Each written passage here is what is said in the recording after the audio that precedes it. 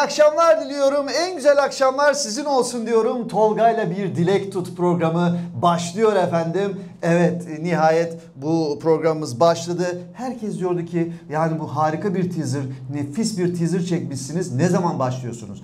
Ben de dedim ki başlayacağız efendim, başlayın, sabredin. Yani sabrın sonu selamettir. Başa gelen çekilir. Ve ben de dedim ki başlıyoruz. Kimle başlıyoruz? Canla başla, tabii ki sevgili Dilek Kaya'yla başlıyoruz efendim. Evet. Ve dileği tutuyoruz. Tut. Ve öpüyoruz. Evet, sevgili Dilek Kaya, neler hissediyorsun? Bana hep dediler ki erkeklerle program yapıyorsun. Ya yeter artık. Yanında şöyle güzel bir hanımefendi olsun, bayan olsun. Ondan sonra beraber bayın dediler. Ben de dedim ki o zaman sevgili Dilek Kaya olsun. Çünkü gerçekten çok sevdiğim böyle Instagram'dan, bu arada Instagram'a da değineceğiz yani Instagram krizine. O neler dönmüş, neler olmuş. Oradan takip ettiğim, işte Twitter olsun, hepsinden, her yerden takip ediyorum seni. Eve kadar takip ettim, bulamadım geçen. Yani. Bakalım, heyecanlıyız ve böyle insanları güldürebilmek, konulara değinebilmek güzel olacak diye düşünüyorum. Bakalım neler yapacağız bilmiyorum. Ya Allah aşkına bu senin notlarındaki bu yazılar ne ya? Bu benim yani, bu ne, karıncalar mı yazdı onu bir solak oldu. Karınca dedin de. Bak karınca dedin de aklıma ne geldi? Şimdi Ağustos ayındayız bir de. Ağustos böceği ve karınca masalını bilir misin? Tabii ki biliyorum. Nasıl bilirsin? Böyle çok eğlenceli bir Ağustos böceğimiz var, aynı ben. Yiyor, içiyor, geziyor, o dım tıs. Oo, kop yapıyor. Vay Ağustos böceği vay. Karınca ne yapıyor peki? Yani çalışıp duruyor. Karınca Zavallı gariban, karınca. aynı sen. Ondan sonra Aynı çalışıp duruyor karınca. Sonra işte kış gelince ne yapıyor Ağustos böceği? Yemek yok, bir şey yok. Aç kalmış gariban. Kapımı çalıyor. Kapıma da yanma sakın. Yakarım inan. Yakarım mı? Karınca kardeş bana biraz yemek ver diyor. O da çalışsaydın kardeşim diyor. Vermiyor işte. Zalim karıncalar. Evet. Peki sen öyle biliyorsun. Evet. Şimdi ben bunu uyarladım. Günümüz şartlarına uyarladım. Yani bu arada Haber Caddesi izleyicilerine merhaba diyorum efendim. Evet, Haber Caddesi'ndeyiz tabii ki. Yani değil mi? İşte Haber Caddesi logomuz da var. Hepsi var. Her şey hazır. Anlat, merak ettim. Şimdi tabii Ağustos böceği yine aynı şekilde dumtıs kopuyor Evet. bilmem ne, öyle gitarı da var falan böyle falan filan. Şarkılar söylüyor. Sonra kış geliyor. İşte karınca tabii rahat böyle ama çok yorulmuş. Yani masaja ihtiyacı var. Yani tabii ölmüş bitmiş. Yani ekmeği taşımış, böyle kocaman somunları taşımış. Diyor ki hiç değilse diyor kışın ayağımı uzatırım da diyor, ne yapalım, televizyon izleriz, bir şey bakarız diyor yani. Sonra bir kapı çalıyor. Allah Allah, kapıyı şöyle bir açıyor, hadi yine düştü benim. Yine ocağıma düştün yavrum, kucağıma düştün yavrum derken kapıyı bir açıyor. Evet, Ağustos böceği. Tabii ki. Diyor, Gezmiş ne oldu diyor, yine diyor koptun ettin diye şimdi benden diye şey istiyorsun değil mi diye, ekmek istiyorsun. Yo diyor, davetiye uzatıyor. Allah Allah. Ne davetiyesi ya diyor, şöyle bakıyor, Allah açıyor falan. Bir bakıyor Ağustos böceği konseri. Evet ya, açık hava konserleri. Sen ne yaptın ya kardeş diyor, ya sen ne iş yaptın diyor. Diyor ben diyor gitarı çaldım ya diyor, ondan sonra ünlü oldum diyor, beni bütün şarkılar Spotify'da falan filan koptu diyor, gitti diyor, listeleri alt üst ettim diyor. Ben senin ekmeğine mi kaldım diyor. Hadi sana da diyor o kadar diyor bana ekmek verdin, hiç değilse diyor bir konserime davet edeyim diyor yani. Yani sosyal medya ne kadar önemli görüyorsunuz değil mi? Ve diyor ki Ağustos böceği karıncaya, hay be diyor. Ondan sonra gördün değil mi diyor. Ya sen bana dalga geçiyordun ama diyor ben diyor şarkımı söyledim, tıngırdattım mıngırdattım, bütün 2 milyon takipçim var diyor. Vay be, yine Instagram'da. Ağustos böcekleri de bir değişik demek ki. Ya sonra diyor ki karınca, ulan diyor o kadar çalıştık diyor, yazık günah ya diyor valla. Ağustos böceği diyor ki gülüm diyor, carpe diem diyor, anı yaşa diyor. Karınca diyor ki Ulan seninkisi carpe diem değil, kahpe diem. Sana ne diyem diyor. Kahpe diem ne diyeyim diyor yani. Olmaz böyle şey diyor ya. İnanmıyorum ya diyor. Ben diyor köpek gibi çalışayım diyor. EYT'ye de diyor takıldık zaten diyor. Emekli de olamıyoruz diyor. Ulan diyor yandık bittik diyor.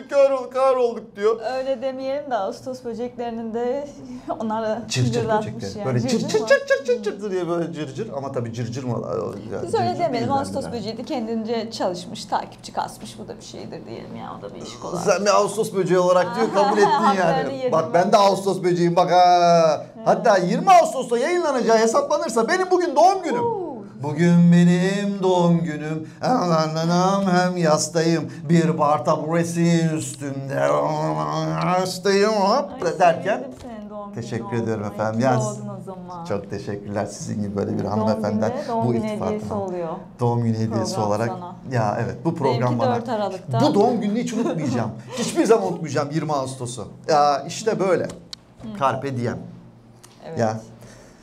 Sizin konu var mı? Benim konu mu? Ne var? Ya aşkın şeyleri gelmiş. Ne gelmiş? Yeni kanunları gelmiş. Kanun hükmünde kararname mi gelmiş? Ne gelmiş? Aşkın yeni kanunları. Evet. Kim koymuş bu kanunları? Ben merak ettim bakayım. Ya büyük ihtimal kadınlar böyle bir ekleme yapmış olabilir. Ekleme yapma devam et diyorum. Biz ona öyle demeyelim de aşkın yeni kanunları diyelim direkt yani cinsiyetçilik yapmadan. Peki o zaman. Okuyayım buyurun sana. Efendim. Sizi dinliyoruz. Neymiş kanunlar? Aşkın kanununu yazsam yeniden kimi ümitlerim yer olur gider. Pardon çok özür dilerim. Buyurun efendim. Kanunları kadın koyar ve hiçbir erkek asla kuralların tümünü bilmez. İtiraz etmiyorum. Doğru yani ne yapayım? Kurallar her an önceden haber verilmeksizin değişebilir. Değişebilir derken kim değiştiriyor? Kim koymuşsa onlar neyse. Kim koymuşsa o değiştirsin. Kadın erkeğin çözmeye başladığını sezdiği anda kuralları değiştirebilir. Olabiliyor öyle şeyler. Vay, kurallara bak eyvah. Kadın kuralları değiştiriyor. Kadın hata yapmışsa mutlaka erkeğin yanlış yaptığı bir şeyden kaynaklanmıştır. Tabii iyi olunca Allah'tan, kötü olunca erkekten oluyor zaten. Buyurun efendim. Acaba? Üstteki kural meydana geldiğinde erkek mutlaka özür dilemelidir. Dile benden ne dilersen. Özür dilerim. Tabii ki. Özür diliyorum. En güzeli. Ne demek? Özrüm kabahatimden küçük ama. Kadın her an fikir değiştirebilir. Erkek kadından yazılı izin almadan fikir değiştiremez. Oo eyvah. Belge olarak nereye gidiyoruz? Kaymakama mı gidiyoruz? Muhtarlığa mı gidiyoruz? İçişleri Bakanlığı'na mı gidelim? Nereye gidelim onu yani bu şeyler için? hallederler bence. Peki. Başka Kadın soru. her an sinirli, gergin, agresif olma haklarını elinde sımsıkı tutar. Erkeğin sinirlenmeye hakkı yok zaten. Erkek ne yapsın? Erkek yani kadın sinirlenir, kadın döver, şiddet uygular. Erkek de bir şey yapmasın. Ay ne olacak kadının şiddetinden ayol? Ne Erkek her an sakin olma durumundadır. Kadın erkeğe sen de sinirlen emrini verdiyse erkek sinirlenmeli.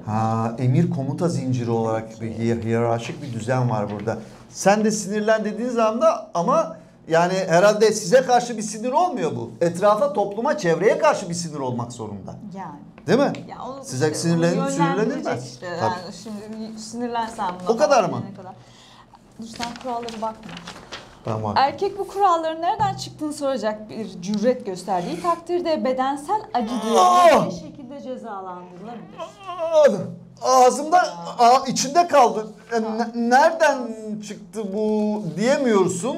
Dediğin anda nasıl bir ceza alıyor bu? Yani kırbaç mı nasıl bir şey anlamadım ben şimdi. Nasıl bir şey yani?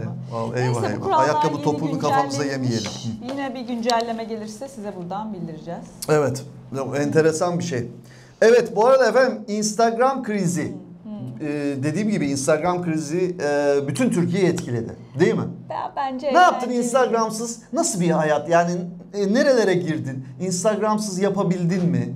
1 gram Instagram diyenler oldu. Gerçekten yani. Instagram yine kullanıldı diye biliyorum ben ama bir şekilde birileri kullanmış. Asla ben öyle şeyler yapmam ama. Yok siz yapmazsınız tabii ki. Yollardan bir kullanılmış. Bu VPN'lerden mi girmişler? Evet bir şeyler varmış kullanmışlar tabii biz asla öyle VPN'ciler. Evet. Ne yaptınız Instagram'sız? Kaç gün geçti? Abi kaç gün geçti? Kitap okudum. Kaç gün geçti aradan? Hayır. Herkes sonunda kitap diye bir şey varmış diye insanlar kitap okumuşlar. Güzel. Onu çok duydum. Gerçekten mi? Kitaba mı yönelmişler? Hani öyle uykudan dediler. önce falan kitap okunur. Ondan sonra rahat uyku uyunur diye biliyorum ama. Dediler. Dediler. İnsanlar konuştular. Dediler Bayağı duydum bunu zamanla. sosyal medyada He. yine. Anladım. Diğer onun muadili. Türevleri, muadilleri, Muadillerine taklitleri. geçtiler. Taklitlerinden Evet. sakınınız. Onları kullandılar. İnsanlar illa bir şeyi kullanıyorlar yani sosyal Son medyada. kullanma tarihi geçmesin yeter ki Bir hepsini şekilde kullanırlar kullanacaklar yani. yani. Ben şeye hayret ettim. Bu Neye? tatilleri iptal edenler olmuş ya. Nasıl hava atamayacaksak ne gideriz Aa değil mi? Fotolar çekilecek falan filan böyle plajlarda, Ha. plajlarda. Hatta ayak fotoları var böyle. Evet. Ne kadar çok ayak O resimleri gördüm moda ben ya. havuzun başına oturduğunda ayağını çekiyorsun, arka planda havuz Ha, var. her Yani havuzun bak, dibi tatil aynı mı değil. oluyor peki o Ha, zaman? Dipler aynı. Aa dipler evet dibini bulmuşlar peki. Şimdi şöyle bir şey söyleyeyim sevgili Dilek Kaya. 85 milyon nüfusumuz var biliyorsunuz. 58 milyon Instagram kullanıcısı. Güzel. Dikkatinizi çekiyorum. 58 milyon. Yani bu %67 virgül bilmem kaça tekabül ediyor nüfus olarak. En çok Türkiye. kullanılan ülkelerden biriyiz herhalde. Kesinlikle. Yani. Ve erkekler olarak %52.9. Kadınlar %40 kaç? 47.1 kadınlar kullanıyor. Yani toplandığı zaman üçüncü türe bir şey kalmıyor. Kadınlar ve erkekler %100'ünü oluşturuyor. Ve 25-34 yaş arası bir yaş grubu Instagram'ı çok kullanıyor. Yani normaldir. Yani. Fotoğraf atma uygulaması zaten. Bir şeylerin fotoğraflarını çekip paylaşıyorlar. Fotoğraf ve video atıyorlar. O da birazcık da yani güzel gördüğün şeyleri mi paylaşıyorsun yoksa gerçekten bak ben bunu yaptım diye bir kanıt şeklinde mi paylaşıyorsun? Yani yapabiliyorum yaptım falan. Sosyal medya insanları çok değiştirdi yani kişilik olarak artık. Peki bu Instagram krizi bir daha baş gösterir mi? Çok merak ediyorum. Bu TikTok'a ya da işte bu arada Facebook. Facebook şeydi, Yani üvey çok evlattı. gariban, çok gariban kaldı. Üvey evlattı. Ya. Yani varoş bir sosyal medya platformu olarak düşünülüyordu. Fakat Instagram bir anda böyle bitince, tükenince evet. herkes Facebook'a kavimler göçü oluşturdu. Facebook, Twitter, X. Twitter, Çok X'e geçmediler mi? Bilmiyorum bilinmeyene daha başka geçmediler herhalde. bir şeyler daha var herhalde. Instagram muadilleri bir sürü programlar var. Hepsine insanlar akın etti böyle. Akın Bir yerlerde akın, paylaşmak kompene. istiyorlar bir şeyleri mutlaka insanlar. Şimdi şöyle bir sana soru sormak istiyorum sevgili Dilek. Kıskanç mısın? Neyi mesela? Yani sevdiğini kıskanır mısın? İnsanlar sevdiği şeyleri kıskanır, sahip olduğum şeyleri de kıskanırım. Yani şey olarak diyorum, aile sonra sevgiliye geçeyim, sevgili ya olur ya da olmaz. Bilmiyorum, özel hayatına girmek istemiyorum. Eşyalarıma dokunulmasına hiç hoşlanmam. Bana ait olan şeyleri Yangında korurum. kurtarılacak ilk eşyan nedir? Yangında kurtarılacak tek ve ilk eşya. Evet. Telefon falan mı? Telefonsuz duramam diyorsun yani. Yani onu alıp zaten o elimdedir zaten. Yangın esnasında bile o benim elimdedir herhalde diye düşünüyorum. Evet. Peki sevdiğini kıskanır mısın? Tabii ki insanlar kıskanır. Ne kadar kıskançlık oranın nedir? Cart diye bir şey gördüm. Orantısız gidip güç mü hemen oldu? boşarım yani. Ha. 2 kere boşadım öyle. Cart diye giderim. Boş. 3 kere söyleyip boşadın mı? Ya öyle olmuyor. Cumhuriyet sisteminde yaptım direkt gittim mahkemeye. Peki, Ertesi günü falan yani. Anladım. Öyleyimdir. Sevmediğini kıskanır mısın? Mesela hani sevmediğim. seninle aynı kategoride o bir oyuncusun aynı zamanda. Baktın böyle bir arkadaşın. Negatif diyorsun. Evet, ondan sonra onu kıskanır mısın yani? Hani Ya, daha iyisi olabilir, ben daha iyisi de olayım. Hay Allah ulan şuna dizi çıkmış, bana niye çıkmadı? Bunun şey olsun da ayağına muz kabuğu şey olsun da bir kaysın da. Yani pozitifi Kaygılı kıskanmaktan zemin olsun. negatifi kıskanmaya vakit kalmaz bence. Icardi ile biliyorsun Simge'nin evet hala bir Geçen olacak mı, olmayacak mı, ne zaman olacak, nerede olacak? dün gördüm. Neyi gördün? Icardi bir şey İkisini mi gördün? paylaşmış. Hayır ya. Simge Sağ'ın şarkısını da koymuş Instagram'dan. Aşkın planda. olayım yani. Ha, Şaşkın şarkı. olayım, Evet. huzura varayım. Evet. Ha. Yapay zeka Icardi ile Simge Sağan şayet bir çocukları evlat sahibi olsalardı nasıl bir çocuk çıkardı ortaya? Bir resim yapmış. Bunu yapay zeka yapmış. Yapay zekayı tabii ki Bakalım. öyle şey takdir etmiş yalnız. Erkek olsaydı.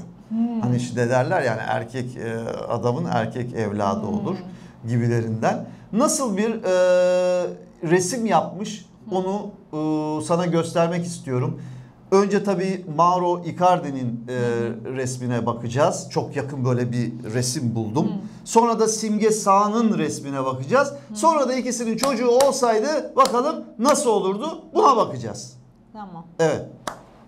Bakıyoruz. Evet. Ay çok tatlıymış ya. Böyle olacaksa yapsınlar o zaman. Evet, gerçekten. araya Nereleri benziyor sence çocuk? Burnu mesela kime çekmiş? Hık demiş. çocuğun Icardi'nin mi yoksa Simge Sağ'ın burnundan mı? Nereden düşmüş? Hayır, o büyüyünce değişir. Hı. Ya ama gözleri benziyor anne. Şimdi bak benim de burnum şeydi mesela, çok güzeldi benim burnum. Hafif böyle estetikti, Evet, böyle bebekken yukarı herkesin öyle. kalkıktı. Hı hı. Sonra ne düşüyor. oldu biliyor musun? Düştü mü? Düştü, burnum düştü. Oluyor şey, eğilip almazsın da sen zaten. Öyle huyların da yok. Polipler vardı bende, burun polipleri. Onları, kemikleri kırdılar. Yani kemik de yok bende. Burnuma vursan kıramazsın. Tabii şuraya vurursan kırarsın da. Yani şu bölgeye vurduğun zaman kırılmıyor. Bak, Tamam, oraya, oraya vurabiliyormuşsunuz. Herkes şey yapsın. Herkes burnuma doğru gelsin. Burnuma. Ya yapay zekanın yaptığı görseller ama hep sevimli oluyor. Evet, sevimli. Yani. Sevimli. Acaba sesi mi? Yani sesi şimdi anneye benzerse o da şarkıcı olabilir. Olabilir. Ya da ayağı falan böyle ondan Bacakları sonra şey benzerse olursa futbolcu falan olur. direkt yani. İkisi Neyse, birden genetik benzerse o şekilde zaman işlemiyor hem ama topçu hem popçu oluyor. O zaman Genetik ikisi öyle birden. işlemiyor ama bakalım hayırlısı İkisi diyelim bir ya. arada. Hayırlısı Evet. bakalım. Ama değişikti yani, böyle burnu falan, gözler falan Sevimli. sanki ikisine de benzemiyor. Nasıl benziyor ya? Benzemiyor. Benziyor Icardi'nin yani. gözleri küçük. Çocuk- Simge'nin de böyle biraz çekik gibi. Hayır, o yapay Çocuğun böyle zeka büyük kocaman. gösteriyor. Bayağı Tamam, büyük göstermiş. gösteriyor da sonra Evet. düzeliyor onlar. Saçları nasıldı? Saçları sarı, sanki Icardi'ye benziyor. Boyalı aynen. Boyalı mıydı acaba? Doğuştan Yapay zeka boyalı. boyamış mı onu bilemiyorum. Boyamış. Ne yaptığını ama. Ama zaten çocukların ilk daha sarı tonlarında oluyor. Sonra zamanla koyulaşıyor. Evet. Hamam böceği görsen ne yaparsın? Yani öbür tarafa doğru gitmem. Kaçar mısın? Yok, kaçmam ama İğrenir misin? yani gururumu öbür tarafa doğru. Agorafobi var mı? Hayır canım, fobim yok ama niye seveyim hayvanı? Hobin var mı? Hiçbir Böcek şeyim yok sever misin? böceklere karşı, hayır. Şimdi şöyle bir şey, bilim adamlarına göre, tabii ki bu hangi bilim adamları onu çözemedim. İsviçre mi, Patagonya mı, Genelde İsviçre. Uganda mı? Genelde öyle oluyor da. Şimdi bu bilim adamları diyorlar ki hamam böcekleri insanlardan tiksinirmiş. Tiksinir tabii canım, niye tiksinmesin İnsanlardan. yani? Evet. Yani insanların hani tükürenlerinden mi? Mesela hani ivedikvari insanlardan mı tiksinir? Yani Nasıl? şimdi insanların hepsi inanılmaz güzel varlıklar mı yani? Biz nasıl hamam böceği alttan ayağı var, anteni var falan diyorsak, o da yine tuhaf tipler deyip yapıyordur yani. Ya Ona hamam hiç böceğine şaşırmam. mesela dokunduğun an hamam böceği ne yapıyormuş biliyor musun? Kaçıyormuş. Ve de Temizlenmeyi kendi yok. kendini temizliyormuş. Evet, normaldir bence. Gerçekten mi? Hı hı. Peki hamam böceği bir de diyorum ki hamam ya temiz bir yer. O yüzden mi çok temiz? Bunlar Olabilir. hamamda mı ürüyorlar aslında? Yok, Hamamda hayır. yıkanıyorlar mı Gayet keseyle evlere falan filan? geliyorlar. Ondan Onlar sonra ne artık bileyim. ev böceği ya. Ev böceği, evcilleştirilmiş böcekler diyorsun Eskiden yani. sıcak yerleri seviyorlar demek ki. Artık Kakalaktır fark etmiyor. onun bir büyüğü, kakalak oluyor. Onlar kafası kopunca da hayatlarına devam edenler değil mi? İşte aynı hareketler gibi, hani çok da şey yapmıyorlar. Evet, çok güzel Kafa hareketler çok önemli bunlar. değil onlar için. Kafayı bırakıp Kafa nereye? Tabii, bir Onlar hafta oraya yani. Açlıktan ölene kadar devam ediyormuş hayvan. Kafa izni yapıyorlar o zaman onlar. Kafa tatili Kafayı yapıyorlar. bırakıp, yani çok önemli bir organ değil ya beyin. Öyle bir baktın ki bana beyinsiz gibi. Vallahi. Hangi Tamam, beyin? peki. Osman Bey'in, Mahmut Bey'in. Evet tamam. Evet, ben de olmayan şey. Ne yapayım, konuları açınca öyle. Yani onlar gerçekten bir hafta 10 gün falan takılıyorlarmış beyin olmadan, kafa olmadan. Gerçekten mi? Açlıktan ölene kadar. Bir de şeye ben üzülüyorum tabii. Şimdi hamam böceğinin bir diğer adı biliyorsun Kara Fatma. Niye Kara Fatma dersin? Çünkü Kara Fatma bizim Kurtuluş Savaşı'nda çok önemli bir kadın kahramanımız. Niye buna böceğin ismini verdin ki? Yani nedir derdin, nedir amacın? Keşke bu olmasaydı. Öyle değildir Yani. be o. Ayşe Fatma gibi koymuşlar. Ayşe Fatma Hayri haydi çifte Ha, telliye yani. diyorsun ama Gerçi genelde Kara böceğe Fatma niye diyorlar. Fatma diyorsun? Evet, o da ilginçmiş. Evet. Yani. Peki bize o zaman başka konuların var mı söyleyeceğin? Söyleyeceğim varsa konuş ya da sonsuza dek sus. Yok yani programı Benim kapatayım. birkaç tane var ama hayır olur mu ya? Burçlar falan vardı. Hmm. Sen okuyacaktın. Tamam, onları okuyacağım canım Ama zaten de. kapatamazsın ya. Ben Burcu'mu Tamam. merak ediyorum. Evet, Hangi cins Dilek bir Hanım'dan burcu? izin almadan programı kapatamıyoruz. Dedi ki ucu açık. Sen zaten klima sana üflüyor sonuna kadar don burada. Ondan sonra ama- hasta ol. Bir daha ben tek başıma Kapatma, yapayım diye kapatma, düşünüyor evet. herhalde programı. Sevgili Var. partnerim Dilek Kaya. Söyleyeceğimiz şeyler var. Neler söyleyeceksin? Sen gıcık burçları sayacaktın herhalde. Gıcık burçlar. Misafirden değil mi? Misafir sevmeyen burçlar varmış efendim. Evet, misafir sevmeyen burçlar var. Ha, onlar öyle miydi? Evet, 5 tane burç var misafir say sevmeyen. bakalım. Bu arada siz hangi burçsunuz? Bakayım giriyor Sen mu? say, sonra ben de alacağım. Danışıklı dövüş olmasın ama.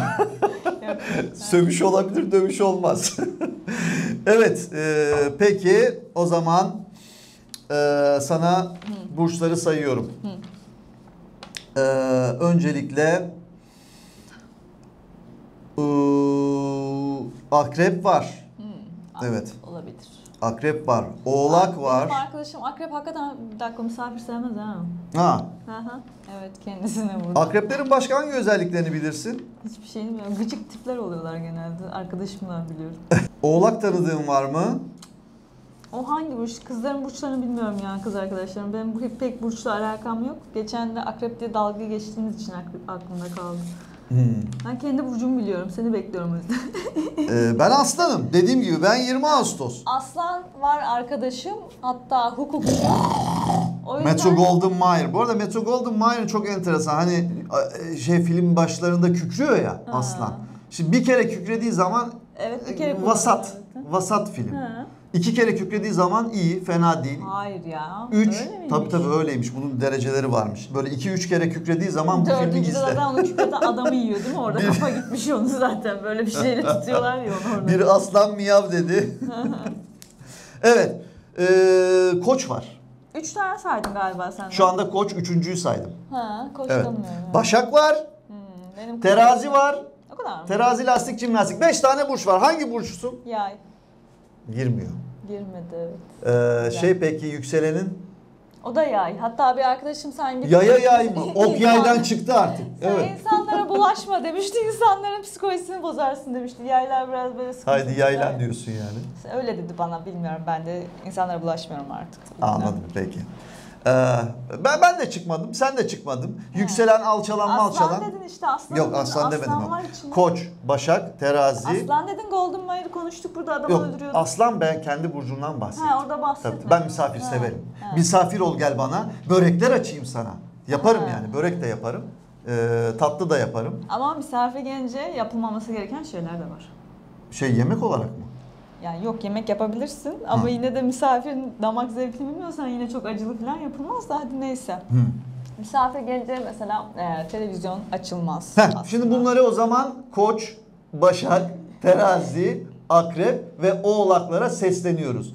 Madem misafir sevmiyorsunuz yani o zaman ne yapacaksınız?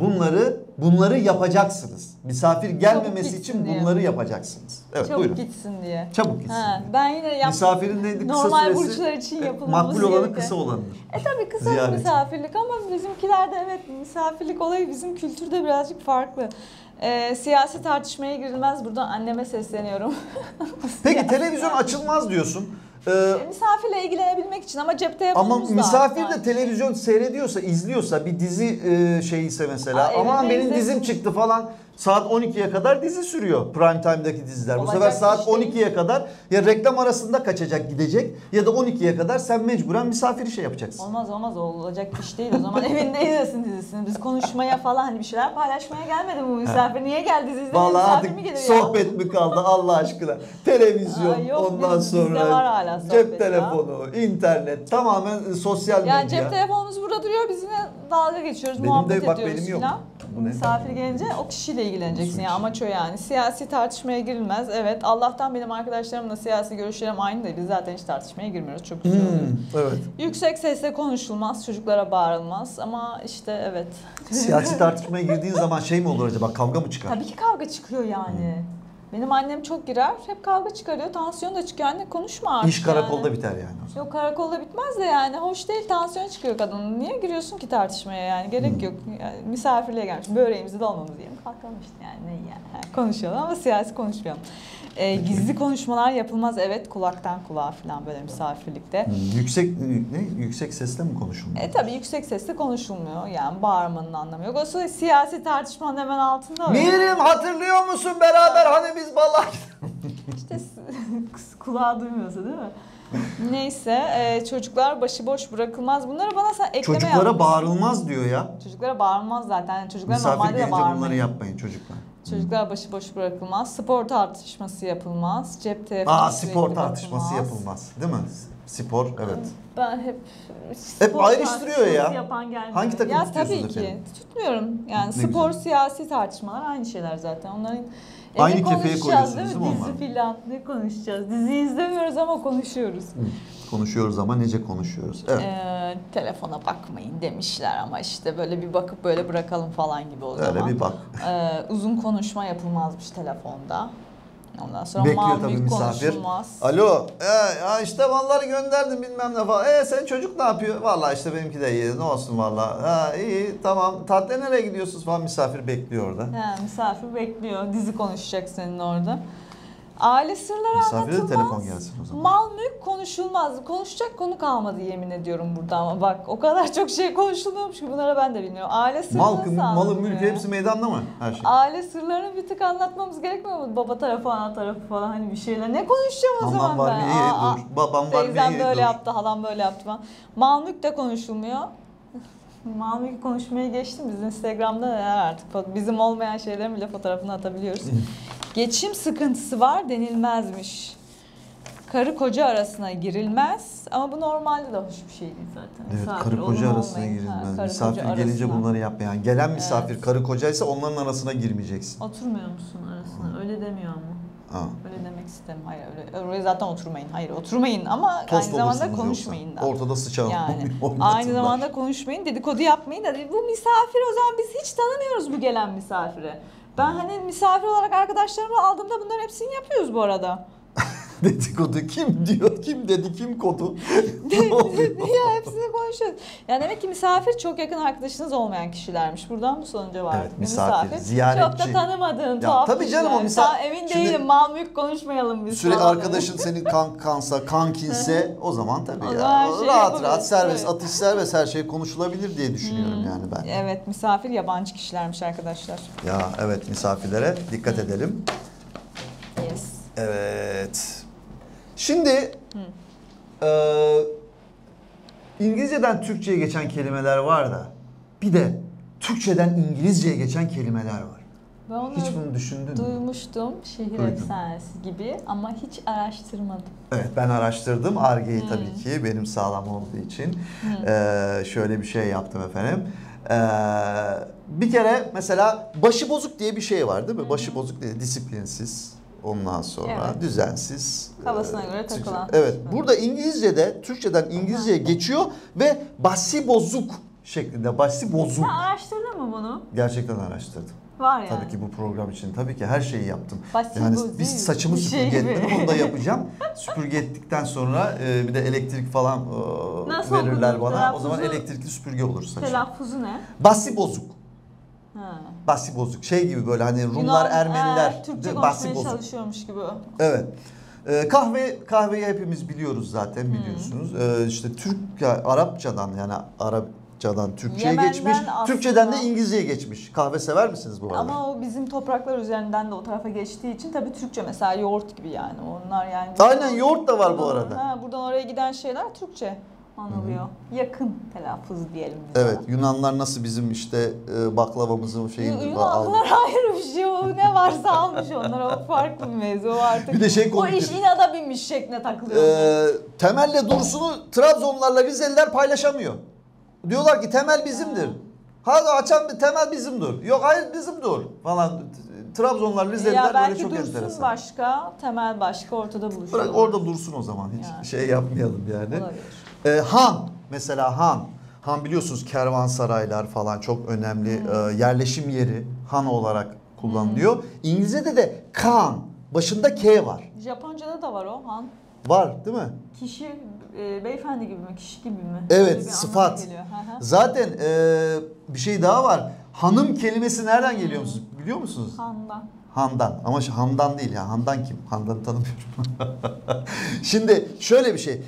Moğollar Cengiz Han diyor ama literatürde Metehan olarak geçiyor. Metehan bütün otağında hanları topluyor, beyleri topluyor yani.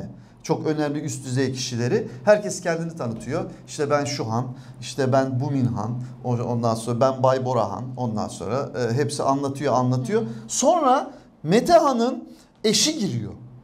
Şöyle. Evet, Böre. Böre Hatun. Hı. Ondan sonra duruyor Metehan kalkıyor diyor ki ya işte bu da benim hanım. Hı hı. Benim efendim anlamında. Evet Ben hanım efendiyim. kadın yöneticiye hanım deniyormuş yani hanım işte benim hanım. Şu bayan yerine de hanım deseler çok daha. Bayan demesinler mi? Hanım. Tamam. Hanım, ben hanım çok seviyorum. Bayan deyince bayan aklıma Direkt geldi. hanım Şarkıcı falan. bayan vardı ya acayip bir Aha. imaj yapmış böyle buraya. Bayhan. Ha. Öyle deli gibi O bir ara İngilizce şarkı çıkartmıştı. Yapıyordu ya. Bir şeyini görmüştük. İngilizce okuyordu bir ara. Bıyıklar böyle aşağıya doğru. Güneş gözlükleri. Yani dikkat etmedim Ray-Ban. ama yakıştıysa yine. Güzel yani bayağı imaj yapmış yani. Tebrik ediyorum. Var. Evet. Paşa. Paşa kelimesi mesela. Paşa. İngilizce'de pasha. Yani aynı şekilde. Peki anlamı? Saygı ve yüksek. Evet. Paşa. Güzel. Paşam.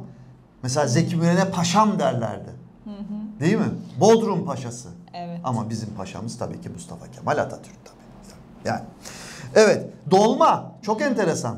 Dolmaya İngilizler de dolma diyor. Yemek Yani ismi kulaktan olarak dolma demek ki derler. değişmemiş yemek ismi olarak. Onlar da seviyorsa. Evet, dolma aynı şekilde Türkçeden İngilizceye dolma olarak şeklinde geçmiş. Evet. Döner. Döner dönmüş mü tam onu tam bilmiyorum. İngilizceye dönerken kesin dönüş mü yapmış onu bilemiyorum da. Bütün dünyada aynı herhalde. Evet, şerbet mesela. Şerbet. İngilizce'de serbet şeklinde. O da çok popüler çünkü. Tabii, şerbet aynı zamanda şurup. Tabii. Mesela çok önemli şerbetlerimiz var. Ali Baba şerbetleri var mesela. Çok şeyde Osmanlı mutfağı. Artık kullanmıyorlar ama şerbet güzel bir şey aslında. Tabii şerbetin aynı zamanda bağışıklık sistemini kuvvetlendiriyor. Evet. Her birinin farklı özelliği var. Bitkiyi Loğusa kaynatıp şerbeti, şeker, Osmanlı suyunu şerbeti, yapıyorlar. ondan sonra lavanta şerbeti var Şehzade şerbeti. Hatta Hürrem Sultan şerbeti bile var. Çok enteresan yani. Şurup şeklinde. Pazarlamaya açık Hürrem Sultan şerbeti diye yeni bir şeyler çıkarabilirler o zaman. Evet, doğrudan satış yapıyoruz şu anda. Ha, kırbaç. Evet. Evet. Kırbaç. Orada kurbaç şeklinde İngilizce'de. Kırbaç Türkçe mi? Kurbaç, evet, kırbaç. Sanki o da şey gibi. İngilizce kurbaş olarak geçmiş. Yani kamçı. Indiana Jones. İkisi de aynı. Bu şekilde. Pilav. Pilav çok enteresan. Pilav. Şimdi Türkçe'de tabii sadece biz pirinç olarak biliyoruz, bulgur olarak biliyoruz ya da kuskus olarak biliyoruz. Fakat şeyde Yemeğinin ismini mi geçirmişler tabii birebir? İngilizce'de pilav. Pilav. Sonu F ile bitiyor. Çok tatlıymış. Tek pilav. Tabii onlar daha çok böyle etle falan yapıyorlar. Yani evet. Ve baharatlarla falan tatlandırıyorlar. Yani dediğiniz gibi Evet, yoğurt bizdeki var. çok sade. Bizim Evet. yaptığımız aslında düz tereyağıyla kavurma Yoğurtlu yapıyoruz. olsa iyi olur. Sade Çin değil de. yemeğinde bilmem ne de hep sebze katıyorlar ya içine değişik. Evet. Bu arada kadınlar bazı sporlarda erkeklerden daha iyiymiş. Neden acaba? Neden acaba? Bence Ben de anlamadım. normal. Mesela atıcılıkta çok iyi atıyorlarmış kadınlar. Atarlar. Atem tutem ben seni, şekere katem ben seni. Ya vücut yağ oranlarının Neden? farklılığı sebebiyle herhalde. O şeylerde de var. Acı eşiği daha yüksekmiş. Acı yani bir zahmet doğum yapıyoruz ya işte. Evet. Yani acı kadınlar ve Acı var mı efendim acı? Merak etme olmayan olmaz. Acı yok Raki, acı yok. Eşik. Masurum var. Acı eşiği de yüksek, Evet. yağ oranı da farklı. Bizdeki daha düşük yağ oranı. Ondan değil mi? Evet. Atıcılık biliyorsunuz hiç son zamanlarda Türkiye'de çok fazla böyle hani müşterisi olmayan bir spor dalıydı. Fakat olimpiyatlarda 10 metre böyle havalı takım, karma takımda çok değerli bir madalya aldık hayatımızda ilk defa. Yusuf Dikeç. Yusuf Dikeç bir fenomen oldu efendim. Evet, Fenomen oldu. Tek bir fotoğrafla fenomen oldu. Yani Bir pozla. evet, bir poz nasıl, şöyle bir Yetti. kalkayım mı? Bir kalkabilir miyim? Elon Musk bile paylaştı. Şöyle biraz kalksam, sadece şurayı göstersek yeterli. Şöyle tutuyor. Evet, cebine koyuyor ve ondan sonra da böyle tak yapıyor. Yani bunu olimpiyatlarda yapıyor ve bunu tak yapıyor böyle. Vuruyor. Yani çok enteresan bir şey tabii. Yusuf Dikeç lens kullanmıyor. Kulaklık kullanmıyor. Yani hani şimdi sesten de rahatsız olmak için böyle kulaklık tıkaç, sadece tıkaç kullanıyormuş yani. Kulaklık kullanmıyor. Çok enteresan. Yani ekipman kullanmıyor. Yardımcı ekipman kullanmıyor. Adam son derece rahat kalkıyor. Şey dediler ya. Hani kiralık katil olsa böyle Yusuf. Türkiye kiralık Çok rahat. Zaten katil jandarma göndermiş. subayı. Öyle dalga geçtiler. Gerçi Elon Musk bile paylaştı. Türkiye kiralık katil göndermiş olimpiyatlara. Elon Musk'a demiş hiç ki. kimsenin aklına gelmemişti. Duydun mu attığı tweet'i Elon Musk'a? Gördüm. Hı. Bir tane mi attı o? Bir tane attı. Elon Musk'a demiş, meydan okumuş. Bu senin robotlar demiş olimpiyatlarda böyle madalya alabilecek mi? Eli diyor demiş cebinde demiş, bakalım göreceğiz demiş. Bence alamazlar. He? Elon Musk da demiş ki, demiş hiç merak etme, benim robotlar hedefi tam 12'den vuracak. İstanbul'u da çok seviyorum. Çok güzel bir şehir. Davet etmiş bu arada. Yusuf Dikeç Elon Musk'ı davet etmiş, onu maskara yapacak. Elon Musk'ı. Hadi bakalım. Elon Musk da demiş ki tabii ki geliyorum. Seve seve gelirim demiş. Ama ne zaman gelecek bilmiyorum. Daha önce de geldi Elon Musk bu arada. Ya bu zenginler sürekli geliyor canım. Yatlarıyla, katlarıyla demirlemeye geliyorlar. Yani tatile geliyorlar. Biraz da yatırıma gelseler ölecekler sanki. Japonlar adama samuray diyor. Yani tabancası da kılıç. Samuray dediğin zaman kılıç bizimkiler, aklına gelir. tamam. Başarı eli cebinde gelmez Evet. diye. Yani şu anda onun sloganı o. Başarı, bir insana başarı eli cebindeyken gelmez. Yani ironi yapmış burada. Ben eli cebimde tak tak hedefi vuruyorum demiş yani. Çok enteresan. İspanyollar saatine takmış. Saatine mi? Tabii, Onu saat. defa duydum. Ne var Evet, saat. Saat bu şey verebiliyor muyuz bu arada markası? Saat. Ne? Nacar. Ha. Evet. Şey, Mehmet Ali'nin dediği gibi, Mehmet Ali Erbil öyle derdi. Saatte Nacar, Hatun'da Macar. Evet. Dediğim gibi Yusuf Dikeç son derece çok önemli bir hedef koydu ve bu hedefi de başarıyla bize getirdi, sağladı. Olimpiyatlarda ikinci oldu ve bu akıma, bu eli cebinde atış akımına kimler katıldı, kimler kapıldı, cereyana kapılır gibi ünlüler kapıldı. İşte Fenerbahçeli şey İrfan oldu. Can Evet. Kahveci. Türkiye'yi güzel tanıttı. Bir Aynen. o, bir de kediler. Kediler. Kediler. Türkiye'deki kediler Türkiye'yi tanıtıyorlar ya her yerde. Öyle mi? Evet. Bilmiyorum onu. Bunu da siz anlatın. Bir sürü kedi var ya bizim memlekette. Van kedisi var, şok. Ankara kedisi var. Hayır, sokaktaki kedilerden Siyah. bahsediyorum. Gelen turistler şok geçiriyor ya kedileri. Her yerde kedi var. İşte Her yerde kedi var. güvenlik şeyine oturmuş bir adet kedimiz, böyle çok tatlıydı. Metroda güvenlik için ayrılan bir bölüm var ya, oraya oturmuş. İşte Amerika'da her yerde kamera, İngiltere'de 2-3 tane kamera, Türkiye'de de kedi. Kedidir kedi. Onu caps mi diyorlar, onu yapmışlar, insanlar gülüyor, altında şey yazmışlar: kediler Türkiye'nin imajını kurtarmak için canla başla çalışıyorlar, her şeyi yapıyorlar. Kediye hemen döneceğim. Hemen, çünkü Yusuf Dikeç'te olan konuyu bitirmek istiyorum. Kedinin çünkü çok önemli bir görevi var. Kedileri ben New York'a davet edeceğim. Neden? Evet, doğru. O davet edeceğim. Kediler Fransa'da gitsin olur. oraya, New York'u kurtarsın. New York'u yoksa ne Batman kurtarıyor, ne Superman kurtarıyor, ne He-Man kurtarıyor, ne Hulk kurtarıyor. Ondan sonra hiçbiri kurtarmıyor Ama yani. anacığım, onlar Örümcek süper. Adam, Örümcek Man hiçbiri kurtarmıyor. Yani. Onlar süper kahramanlarla, süper kötülerle uğraşıyorlar. Senin anlattığın şey fareler değil mi? Farelerle şimdi Kaptan Amerika gidip fare mi avlayacak yani? Olmuyor ya öyle. Fareler ve insanlar oyunu aklıma geldi bu arada. Öyle olmuyor, evet. Evet. Bizim buradan oraya kedi göndermemiz gerekiyor. Oranın kahramanı ancak biz olabiliriz. Buradan toplayacaksın iri kasap kedilerini böyle. kasap kedileri. O sıçanlar kocaman çünkü. Ancak Kasap kedileri o yapabilirler onu. Buradan toplayacaksın, ithal edeceksin. Onlar gidecekler orada canla başla Türkiye'yi temsil edecekler. Evet. Evet. Öyle şey yapsınlar diyorsun. Tabii. Türk kedileri. Bir aya biter oranın fare sıçan sonra. Bir ay buradan götüreceksin kedileri, onlar canla başla çalışmaya. Ya New York'ta şimdi resimleri göreceksin. Pizza bırakmamışlar. Yol ortasında pizza yiyorlar ya. Yerler abi, başı boş memleket. Hakikaten ya, nasıl Kedi bir yok, şey? Hiçbir şey yok ki orada. Onların doğal avcısı yok. O yüzden fink atıyorlar. Vallahi fink Bizde de atıyorlar yani. kedileri bir kaldırsalar burada da aynısı olur. Kediler koruyor memleketi. Kediler çok böyle. Kedileri seviyoruz. Evet. Kedileri sevelim. Aynı şey Fransa'da da var. Hayvanları koruyalım. Köpekleri. Yani bütün Avrupa'da da olabilir. Fransa'da, en çok New York'ta, Fransa'da da var bütün böyle. Böyle kaynıyor. Çünkü hiç ne kedi ne köpek, hiçbir şey yok sokakta. Bizde de olmazsa ne olacak? Aynı şekilde haşeratlar. Bize de mi fareler o zaman dolacak? Tabii ki. Mesela benim 2 tane kedim var. Benim eve hiçbir giriş katta olmasına rağmen böcek bile girmez. Çünkü girdiği anda benim evde vahşi 2 kedi var. Hemen her şeyi avlıyorlar. Ne fare girebilir, ne o şey, ne o böyle... Tarantula, örümcek. Hiçbir şey. Yani semender mi diyorlar bir şey. Semender. Sürüngen, küçük sürüngenler var ya, onlar bir İguana. Bir tane iguana girmişti benim eve geçenlerde, parçaladılar. İguana! Evet. Yani hiçbir şey giremez. Girdiğine gireceğine pişman mı oldu? Kuş getirdi ya bir tanesi, manyak ruh hastası. Camdan kaçmış kuşu yakalayıp eve getirmiş yani. Mini bir kuş donmuştur. Pencereme konmuştur. Kedi olan Aldım onu yerde içeriye. haşerat olmaz. Kedi olan yerden fare çıkmaz. Evet, yeter çok konuştun hadi. Tamam. Kedideki- Bu arada o zaman son hemen şöyle bizi de şu anda kediler tamam bastı da Şile plajını da inekler basmış efendim. Evet. Tatlılar ama baksınlar. Siz nerede bu arada denize giriyorsunuz İstanbul'da? Giriyor İşte- musunuz ya da Girmiyorum. İstanbul dışında mı? İstanbul'da sanki denizi biraz kötü gibi bizim İstanbul'un. Anladım. Bir de Şile'ye çok- gittiniz mi? Şile'de hiç plaja girdiniz mi? Şile'ye geçen Denize sene girdiniz mi gitmiştim, plajda? güzeldi. Hı? Ama inek yoktu ben girdiğimde. Şile, Şile bülbül. güzeldi. Şile'de arkadaşım da Allah. var. Seviyorum Şile'yi. Evet. Ben de seviyorum Şile'yi.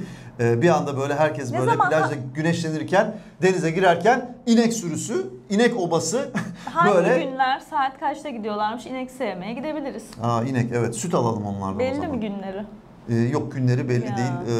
zor. Onları bir öğrenmek lazım. Evet. Bir inekle bir görüşme yapalım bir inekle. İnekler arası da Biz burada severim. inek en iyisi. Boş en iyisi inek. Ben her burada. türlü hayvanı severim, işte korkmam ya. Tabii hayvanları Çok sevelim, tatlılar. koruyalım.